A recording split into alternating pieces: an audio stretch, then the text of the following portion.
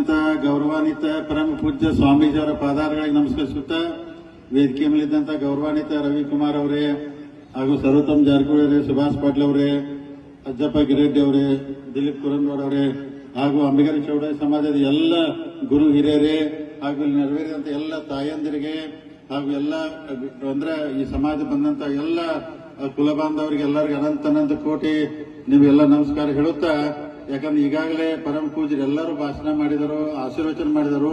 ನನಗೂ ಯಾಕಂದ್ರೆ ಸ್ವಲ್ಪ ಆರಾಮಿಲ್ಲ, ಅದಕ್ಕೆ ಗಂಟಲು ಹೋಗೈತಿ, ಜಾಸ್ತಿ ಮಾತಾಡಕ್ ಆಗುದಿಲ್ಲ. ಆದ್ರೂ ನಾವು ಯಾಕಂದ್ರೆ ಸುಮಾರು 4 ವರ್ಷದಿಂದ ನಮ್ಮ ಕಪರೇಟಿವ್ ಗುರುಗಳ ಸ್ವಾಮಿಗಳ ಮುಖಾಂತರ ಎಲ್ಲ ಸಮಾಜನ ಜಾಗೃತಿ ಮಾಡಬೇಕು. ಆ ಸಮಾಜ ಬಗ್ಗೆ ತಾವೆಲ್ಲ ಹಳ್ಳ್ಯಾಗ ಹೋಗಿ ಪ್ರವಚನ ಹೇಳಬೇಕು. ಕಡೆಗೆ ಪ್ರವಚನ ಎಲ್ಲ ಮುಗಿದ ನಂತರ ಕಡೆಗೆ ಒಂದು ದೊಡ್ಡ ಸಮಾರಂಭ ಒಂದು ಊರಾಗ ಸಮಾಜದ ಎಲ್ಲಾ ಜನನ ಕರೆದು ಮಾಡ್ಬೇಕಂತೇಳಿ ನಿರಂತರವಾಗಿ 4 ವರ್ಷದಿಂದ ಮಾಡ್ಕೋತ ಬರ್ತಾ ಇದ್ವಿ. ಭಗೀರಥ ಸಮಾಜ ಇರ್ಬೋದು, ಹಾಲ್ ಮತ ಇರ್ಬೋದು, ಅಥವಾ ಬಸವಣ್ಣವ್ರದ್ದು ಇರ್ಬೋದು, ಹಿಂಗೆಲ್ಲಾ ಮಾಡ್ಕೋತ ಇವತ್ತು ಪರಮ ಪೂಜ್ಯ ಅಂಬಿಗರ ಚೌಡಯ್ಯ ಅವರ ಅಂದ್ರೆ ಸಮಾಜ ಮುಖಾಂತರ ಜಾಗೃತಿ ಮಾಡುವಂತ ಕೆಲಸ ಮಾಡೋಣ ಅಂತೇಳಿ ಸ್ವಾಮಿಗಳು ಬಂದ್ ಈ ವರ್ಷ ಯಾವ್ದು ಮಾಡೋಣ ಕೇಳಿದಾಗ ನಾನು ಇದೆ. ಯಾಕಂದ್ರೆ ಈ ಸಲ ನಾವು ಅಂಬಿಗರ ಚೌಡಯ್ಯ ಅವ್ರದ್ದು ಮಾಡೋನು, ಯಾಕಂದ್ರೆ ಅದು ಸಮಾಜ ಬಹಳ ಐತೆ, ಅರ್ಮವ ಕ್ಷೇತ್ರದಾಗ, ಗೋಕಾಕ್ ಕ್ಷೇತ್ರದಾಗೂ ಐತಿ. ಅದಕ್ಕೆ ಅವ್ರಿಗೂ ಎಲ್ಲ ಹೋಗಿ ತಾವ ಜಾಗೃತಿ ಮಾಡಕಂದಾಗ ಅದಕ್ಕೆ ಸ್ವಾಮಿಗಳಂದ್ರೆ ಇವ್ರಿಗೆ ಮಾಡೋಣ ಅಲ್ಲ. ಅದಕ್ಕೆ ನನ್ನ ಉದ್ದೇಶ ಇಷ್ಟ, ಯಾಕಂದ್ರೆ ತಾವೆಲ್ಲರೂ ಯಾಕಂದ್ರೆ ಈ ಸಮಾಜದ ಏನ್ ತಾವೆಲ್ಲ ಗುರು ಹಿರಿಯರಿದ್ರಿ, ಯುವಕರದಿರಿ, ತಾಯಂದ್ರದಿರಿ, ನಾವೆಲ್ಲ ಯಾಕೆ ವರ್ಷಕ್ಕೊಂದ್ ಈ ಸಲ ಫಂಕ್ಷನ್ ಮಾಡ್ತೀನಂದ್ರ ಅಥವಾ ಇಲೆಕ್ಷನ್ ಬರ್ತೈತಿ, ಓಟ್ ಹಾಕ್ಸೋಬೇಕು ಅಂತ ಆ ಉದ್ದೇಶ ಇರುದಿಲ್ಲ. ಎಲ್ಲ ಯಾವ ಸಮಾಜಗಳು ಅಂದ್ರೆ ಈ ಸಮಾಜದಲ್ಲಿ ತುಳಿತಕ್ಕೆ ಒಳಗಾಗಿದಾವು, ಶಿಕ್ಷಣದಿಂದ ಹಿಂದದಾರು, ಆರ್ಥಿಕವಾಗಿ ಹಿಂದದಾರು ಅಂತವನ್ನೆಲ್ಲ ಕರೆದು ಸಮಾಜದ ಜಾಗೃತಿ ಮಾಡಿ ಭವಿಷ್ಯದಲ್ಲಿ ಆ ಸಮಾಜಕ್ಕೆ ಒಳ್ಳೇದಾಗುತ್ತೆ ಈ ಉದ್ದೇಶದಿಂದ ಕರೆದು ಎಲ್ಲರಿಗೂ ಆ ತರ ಸಭೆ ಮಾಡ್ತಾ ಇದ್ವಿ. ವಿಶೇಷವಾಗಿ ತಾವೆಲ್ಲರೂ ಅರ್ಬಾವ್ ಕ್ಷೇತ್ರ ಇರ್ಬೋದು, ಗೋಕಾಕ್, ಬೆಳಗಾವಿ ಜಿಲ್ಲೆಯಲ್ಲಿ ತಾವೆಲ್ಲರೂ ನೋಡ್ರಿ. ಯಾಕಂದ್ರೆ ನಾವೆಲ್ಲ 5 ಬಾಳಿನ ಬ್ಯಾರೆ ಇಟ್ಕೊಂಡ್ರೆ ಶಕ್ತಿ ಕಡಿಮೆ ಆಗ್ತೈತೆ, 5 ಕೂಡಿದ ಶಕ್ತಿ ಬಾಳ ಆಗ್ತೈತೆ. ಅದಕ್ಕೆ ನೀವೆಲ್ಲರೂ ಕೂಡ್ಬೇಕು. ಶಕ್ತಿ ಅಂದ್ರೆ ಮುಟಿಗೆ ಮಾಡಬೇಕು, ಶಕ್ತಿ ಕೂಡ್ಬೇಕು. ಅವಾಗ ನಿಮ್ ಮನಿ ಬಾಗಿಲಿಗೆ ರಾಜಕೀಯ ಅಧಿಕಾರ ಬರ್ತಾವ, ಎಲ್ಲ ಸವಲತ್ತುಗಳು ಸಿಗ್ತಾವ. ಅದಕ್ಕೆ ನಿಮ್ಮಲ್ಲಿ ಒಕ್ಕಟ್ಟವಾಗಿ ನೀವೆಲ್ಲರೂ ಒಕ್ಕಟ್ಟಿದ್ರಿ. ಎಲ್ಲ ಊರಾಗ ನಾನು ಪ್ರತಿಯೊಂದು ಊರದ್ ಗೊತ್ತೈತಿ ಒಕ್ಕಟ್ಟಿದ್ರಿ. ಅದಕ್ಕೆ ನೀವು ಒಕ್ಕಟ್ಟಾಗಿ ನಿಮ್ಮ ಹೋರಾಟ ಮುಖಾಂತರ ನಿಮ್ಮ ಹಕ್ಕನ್ನ ಪಡ್ಕೊಳ್ಳುವಂತ ಕೆಲಸ ತಾವೆಲ್ಲರೂ ದಯಮಾಡಿ ಮಾಡಬೇಕು.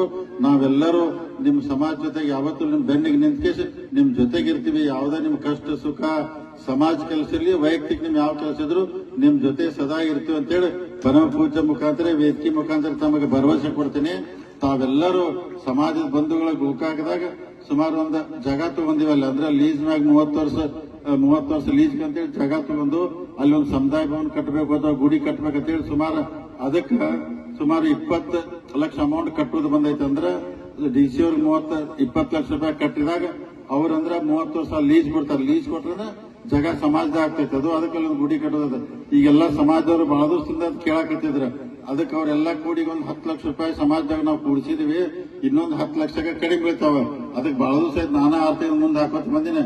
ಅದಕ್ಕೆ ಈಗ ನನ್ನ ತರಫಿಂದ ಮುಂದಿನ ವಾರದಾಗ ನನ್ನ ಕಡೆಯಿಂದ ಒಂದು 10 ಲಕ್ಷ ರೂಪಾಯಿ ಸಮಾಜ ಕೊಡ್ತಾನೋ, ಅವ್ರ 10 ಲಕ್ಷ ಹಾಕೊಂಡು ಆ ಜಾಗ ಅವ್ರ ಹೆಸರಲ್ಲೇ ಮಾಡ್ಕೊಂಡ್ಬಿಡ್ಲಿ. 30 ಅಂದ್ರೆ ಏನ್ 30 ವರ್ಷ ಇದೆ ಅಲ್ಲಿ ಏನೋ ಮುಂದೆ ಎಲ್ಲಾ ಕೂಡಿ ಹಿರಿಯರ ಅಲ್ಲಿ ಸಭಾಭವನ ಕಟ್ಟಬೇಕು ಅಥವಾ ಅಂಬಿಗರ ಚೌಡಯ್ಯ ಅಂತ ಗುಡಿ ಕಟ್ಟಬೇಕು, ಏನ್ ಮಾಡ್ಬೇಕು ಅಂದ್ರೆ ಸಮಾಜಕ್ಕೆ ಅನುಕೂಲ ಆಗುವಂತ ಇಂತ ಎಲ್ಲಾ ಕೆಲಸ ಮಾಡ್ಕೋತ ನಾವು ಪ್ರಾಮಾಣಿಕವಾಗಿ ಹೋಗ್ತೀವಿ.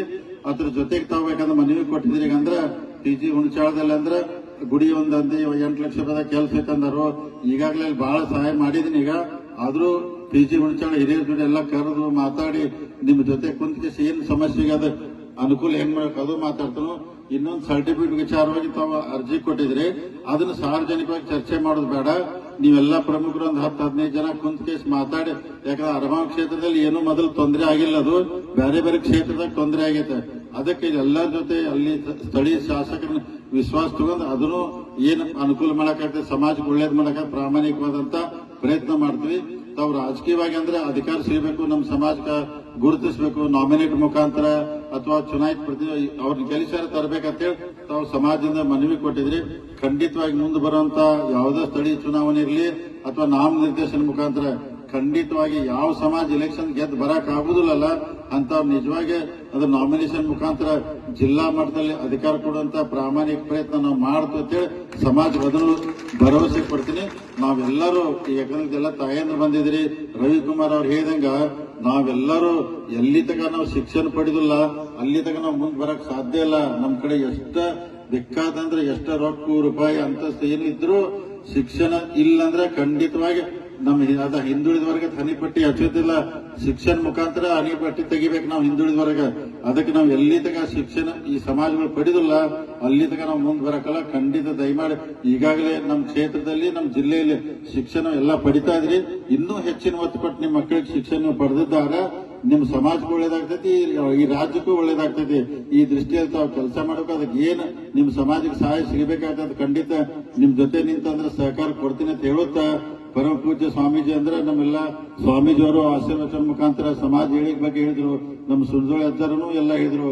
ಅದಕ್ಕೆ ನಾವು ನಿರಂತರವಾಗಿ ಹಿಂದುಳಿದವರ್ಗಿರ್ಬೋದು ಅಥವಾ ಮುಂದುವರಿ ಜನಾಂಗದವ್ರು, ಯಾಕಂದ್ರೆ ನಾವು ವಿಶೇಷವಾಗಿ ನೀವೆಲ್ಲ ರವಿಕುಮಾರ್ ಅದೇ ಹೇಳಿ, ಯಾಕಂದ್ರೆ ನಮಗೆ ವೈಯಕ್ತಿಕವಾಗಿ ನನಗೆ ಯಾವುದೂ ಜಾತಿ ಮಾಡದೆ ಕೆಲಸ ಮಾಡ್ತೇನೆ. ಯಾಕಂದ್ರೆ ಇಡೀ ಅರಮಾಂಶದಲ್ಲಿ ಬರುವಂತ ಎಲ್ಲಾ ಜನ ನಮ್ಮವರು, ನಮ್ಮ ಅಣ್ಣತಮ್ಮರು, ನಮ್ಮ ಮನಿ ಮಂದಿ ಅಂತೇಳಿ ನಾವು ಆ ತರ ಮಾಡ್ತೇವೆ.